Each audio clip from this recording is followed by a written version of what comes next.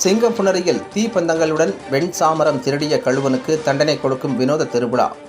ஏராளமானோர் பங்கேற்று வழிபாடு. சிவகங்கை மாவட்டம் சிங்கப்புணரி சிவகப்பெருமாள் கோவிலில் வைகாசி பெருந்திருவிழா கடந்த ஜூன் 1ஆம் தேதி கொடியேற்றத்துடன் தொடங்கி நடைபெற்று வருகிறது. 10 நாட்கள் நடைபெறும் திருவிழாவில் 6ஆம் நாள் கழுவன் திருவிழா நள்ளிரவில் நடைபெற்றது. இத்திருக்கோவிலில் வெண்சாமரம் திருடிய கழுவனுக்கு தண்டனை கொடுக்கும் விதமாக கழுவன் திருவிழா ஆண்டுதோறும் நடைபெற்று வருகிறது. இதில் கருப்பு திருமேனியுடன் வேடம் அணிந்தவர் முடி அணிந்து கோரமுகத்துடன் கைகள் கட்டப்பட்ட நிலையில் மேள தாளத்துடன் தீப்பந்தம் ஏந்திய உதவியாளர்களுடன் சிவகப்பெருமாள் கோவிலுக்கு அழைத்து வரப்பட்டு கழுவனை விரட்டும் நிகழ்ச்சி நடைபெற்றது. கோவிலுக்குள் அங்கும் இங்குமாக தீப்பந்தங்களுடன் கழுவன் ஓடுவதும் அவரை இளைஞர்கள் துரத்துவதுமாக வினோத திருவிழா சுமார் அரை மணி நேரத்திற்கு மேலாக நடைபெற்றது.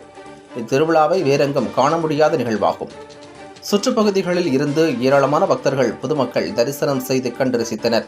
கழுவனை கண்டால் தோஷம் நீங்கும் என்பது இப்பகுதி மக்களின் நம்பிக்கையாக உள்ளது.